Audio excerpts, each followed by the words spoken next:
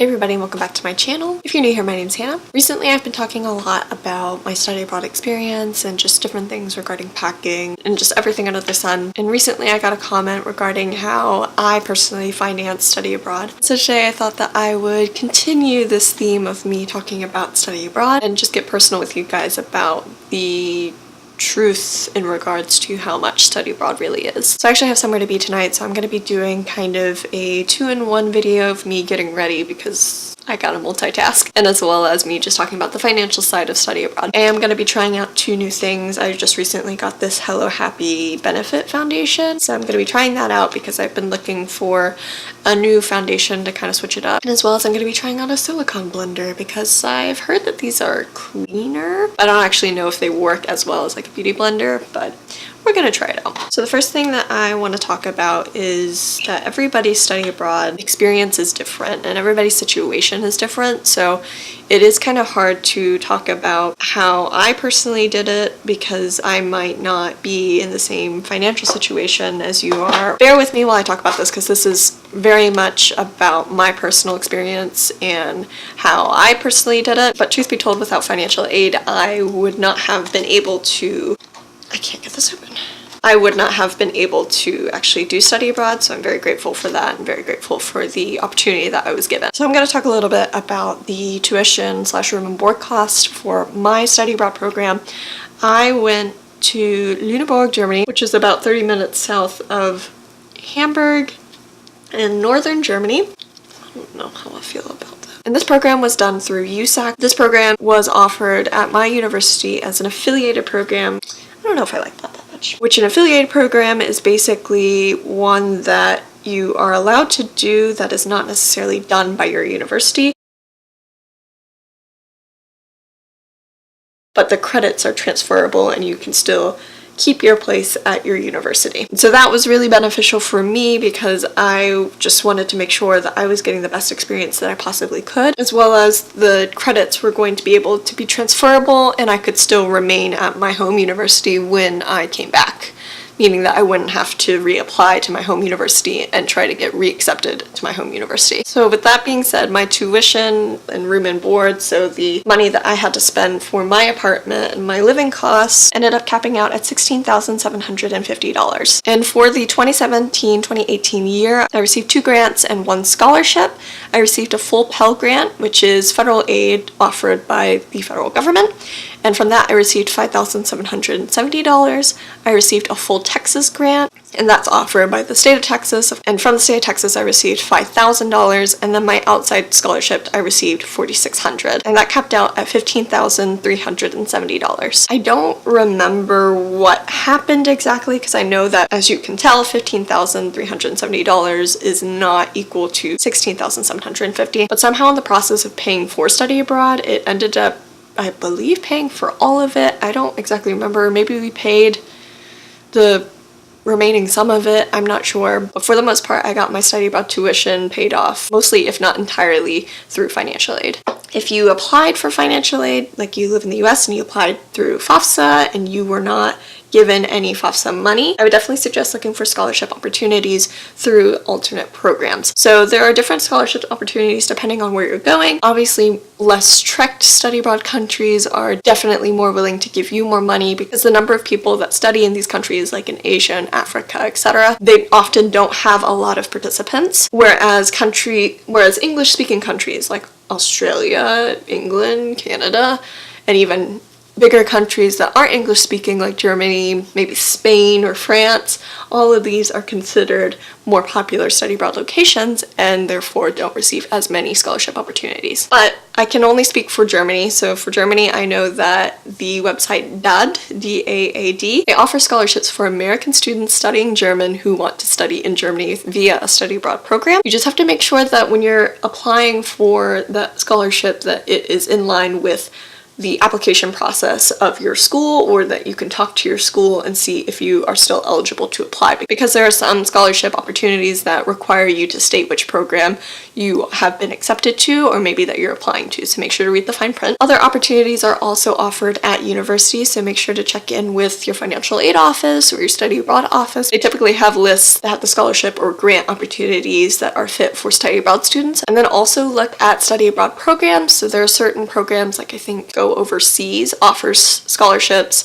I know USAC offers scholarships. Just make sure that you're checking out all of the study abroad programs that are offered at your university and clicking through the website to see if they also offer scholarships. You don't necessarily have to be studying in that program unless it's listed on the page, but a lot of times there are programs that offer study abroad scholarships just for study abroad students in general, and you can apply it to any program. For me personally, because of the way that my school does their study abroad application process, I was actually not able to apply to any of the study abroad scholarships that were offered outside of my university, and the study abroad scholarships that were offered within my university I was not eligible for, because a lot of them were for students who are relatives of veterans or who have family in the military service, and I don't have anybody in my immediate family that is active or has been active in the military service here in the US. So now we're going to get a little more personal into like my whole financial situation.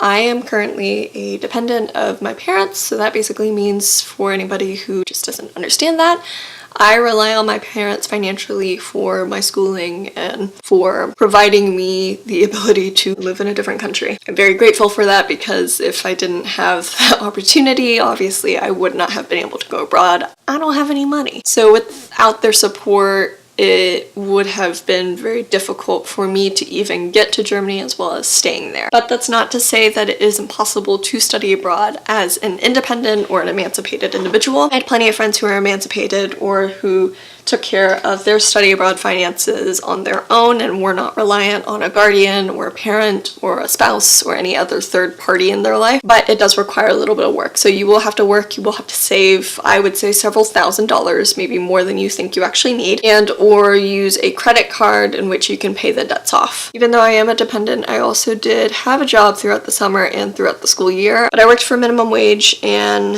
I also did freelance tutoring online for students in America who were learning German. And through both of those, more or less through my minimum wage job, I was able to save up around, I think it was $1,800 or $2,000 so that I could go ahead and take it, and that would help me get settled. And then throughout the semester, after that $2,000 ran out, because it went very, very quickly, that is one thing I will say, and I will talk about that in a minute. My parents have access to my debit card and my bank account, so they were able to transfer money into my bank account, and I was able to have money while I was there. My definite advice, it doesn't matter if you are emancipated, it doesn't matter if you are dependent, try to get a job and try to save as much money as you can. You know, it'll just be helpful, because I think a lot of people don't actually factor in the living costs of study abroad. They just kind of look at the face value of it and look at the price tag that is advertised by programs, and not the grocery bills or the phone bills or the travel bills and every other bill that you have to take care of, like insurance and a residence permit or a visa. So it's really good to just go ahead, be responsible, get a job, earn some money, help your parents out if you're dependent, help yourself out if you're emancipated. But if you are emancipated and you're planning on financing study abroad on your own, make sure you have a plan B. Whether it be working abroad or having a credit card, just something just in case something goes wrong. Because you never know if your credit card's gonna get stolen or your debit card's gonna get stolen, and now you're stuck in a foreign country with no money. And with that being said, if you are a dependent and you trust your parent, your guardian, or your spouse, make sure that they have access to at least one debit card or some sort of PayPal account, because then it just makes it easier if your credit card or your debit card does get compromised and you do not have your main form of money anymore. This next tip is specifically for USAC students who are doing a year-long in Lüneburg. You should expect to spend around $1,500 to $2,000 within, I would say, the first month or two that you're there. And it's not even like, oh, I need to go get settled, or oh, I need to go get this, or oh, I need to get a bike. Those are all very much extra things. This is specifically because you are going to have to pay for insurance up front. You are going to have to pay for your biometrics pictures, for your residence permit. All of these three things are legally required of you. The insurance for me cost around 900 USD.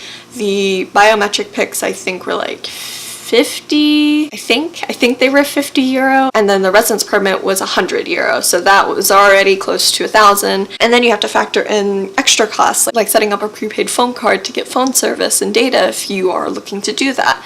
I will also be doing a video on that in 2 weeks, I think, for buying your textbooks, for buying school supplies, for buying appropriate fall and winter clothes. All of these things are extra but also important, particularly as a year-long student. And then all of the super extra stuff like going out with your new friends and going to Hamburg and going to the Reeperbahn and maybe buying new sheets. I know I bought new sheets, so that was a cost in itself for me personally. It's really important to be aware of your spending and to constantly be informed about the current exchange rate between your home country's currency and your host country's currency. This is really important because if you're big on maybe just taking out cash and just using cash, it's gonna get expensive eventually. Taking out cash ends up costing you more money than just paying with card if it's possible. And your cash will go very quickly. All of the 2,000 that I saved went even quicker than the amount of time that it took to earn it. However, I found that there are a lot more places that did offer the ability to pay with card, and as a result I just started paying with card because the ATM fees and the international fees, they ended up adding up, and at some point the exchange rate went up while I was there, so it became even more expensive to take out cash and to try to pay with cash. So try to pay with card if it's possible, as much as possible. It's also important to know if your card has international fees. Some cards do. Some banks require international fees for certain cards or for all cards at their bank, and then some banks offer no international fees, but sometimes it's only at certain ATMs. And then other banks offer no international fees and you're just super lucky, and I'm jealous. So make sure to talk to somebody about that. Get all your ducks in a row in terms of your bank account, your financials. It's really important for you to know so that you're not surprised. Also, never assume that a place is going to accept card. It's always good to look for stickers. I know in Lüneburg at all of the shops they had stickers of which cards they accepted. For example, if you have a Visa card and there's no Visa sticker, you know that you cannot pay with Visa there. So it's always good to look around first before you start committing to things. In other places like restaurants, sometimes they don't offer stickers, so it's always good to ask before you sit down and before you order so that you're not wasting somebody's time. I think it's really important to be honest about what people don't tell you about study abroad, because I think a lot of people, they just kind of tell you the beauty of study abroad and why it's so wonderful. They don't talk about how much of a privilege it is to study abroad. Study abroad is extremely expensive. For all the other study abroad programs that were offered to me at my university, if I didn't have the opportunity to study in Lüneburg with USAC, I was looking at possibly paying $30,000 to study in Berlin and Munich. And on the one hand, all of those universities that were offered were really great universities, but on the other hand, it ended up costing me more to go abroad and to study at these international universities. But if you're still with me and you're still following me, just make sure that you are in tune and well aware of your financial situation. Again, with me personally, without my federal and state aid, I would not have been able to study abroad in Germany. I know that there are a lot of people who are about to set off on their study abroad journey, because I know at this time last year, that was me trying to watch videos, as many videos as I could regarding study abroad, and I found that a lot of people were not honest with the fact that study abroad is a privilege. So if you have any questions regarding study abroad or experiences within study abroad, or just are curious about something fun regarding study abroad, just let me know and I will do a video on it. I enjoy helping people with this. I enjoy talking about it. So definitely if you have any pressing questions regarding study abroad, or you're nervous and you need somebody to talk to, leave a comment down below or message me on Instagram. I am pretty much on there and always checking my comment section almost every day. Almost. I try my best. But if you like this video, make sure to give it a thumbs up, subscribe down below, and hit that bell so you can get notifications on when I post a new video. I'm gonna go finish my makeup, but I hope y'all have a beautiful week, and I will see you guys next Sunday. Bye y'all. One last thing, if you are interested in purchasing the Hello Happy, highly recommend it, particularly if you have dry skin. It feels like there's nothing on my face right now. It does a really nice job of making sure that your complexion is even, and it gives a really soft look to your foundation so you don't actually have to set it. But I'm definitely happy with it and I highly suggest it. Alright, that's it. Bye guys.